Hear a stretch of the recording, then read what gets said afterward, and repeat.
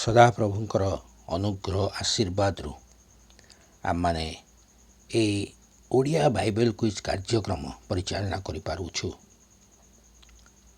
ଆପଣମାନେ ଏଥିରେ ଅଂଶୀ ହେଉଛନ୍ତି, ଧନ୍ୟବାଦ ମଧ୍ୟ ଦିଏ। ତତ୍ସହିତ ମୋର ଖ୍ରୀଷ୍ଟୀୟ ପ୍ରେମ ନମସ୍କାର ମଧ୍ୟ ଆପଣ ପ୍ରତ୍ୟେକଙ୍କୁ ଜଣାଏ।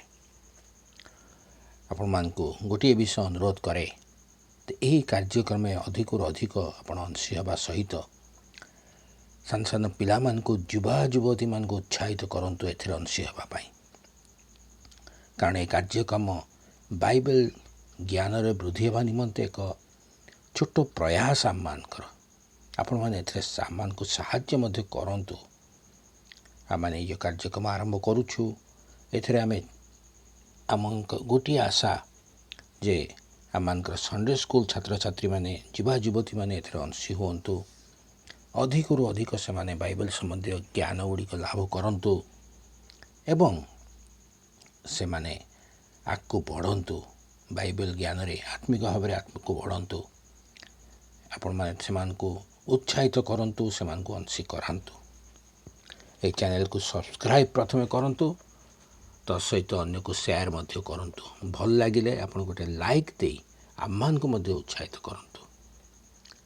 ଗତକାଲି ଯେଉଁ ପ୍ରଶ୍ନଟି ପଚରା ଯାଇଥିଲା, ପ୍ରଶ୍ନଟି ଏପରି ଥିଲା, ବେର୍ସେବା ଠାରେ ଏକତ୍ର ଶପଥ କରିଥିବା ଦୁଇ ଜଣଙ୍କର ନାମ କ'ଣ?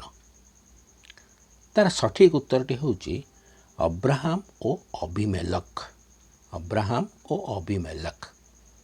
ଉତ୍ତରଟି ଆପଣମାନେ ଆଦି ପୁସ୍ତକ 21 ପର୍ବ 31 ପଦରେ ପାଇପାରିବେ। ଆଜିର ପ୍ରଶ୍ନଟି ହେଉଛି ଅବ୍ରାହମଙ୍କର ମିଶରିଆ ଦାସୀର ନାମ କ'ଣ? ଅବ୍ରାହମଙ୍କର ମିଶରିଆ ଦାସୀର ନାମ କ'ଣ? ଉତ୍ତରଟି ଆପଣମାନେ ଆମମାନଙ୍କର ଏହି ଭିଡ଼ିଓର କମେଣ୍ଟ ବକ୍ସକୁ ଯାଆନ୍ତୁ ଏବଂ ସେଠାରେ ଆମମାନଙ୍କୁ ଜଣାନ୍ତୁ। ଯଦି ଏ କାର୍ଯ୍ୟକ୍ରମ ଭଲ ଲାଗୁଛି, ପୁନର୍ବାର ଅନୁରୋଧ କରେ ଗୋଟେ ଲାଇକ୍ କରି ଆମମାନଙ୍କୁ ଆପଣମାନେ ଉତ୍ସାହିତ କରନ୍ତୁ। ଧନ୍ୟବାଦ।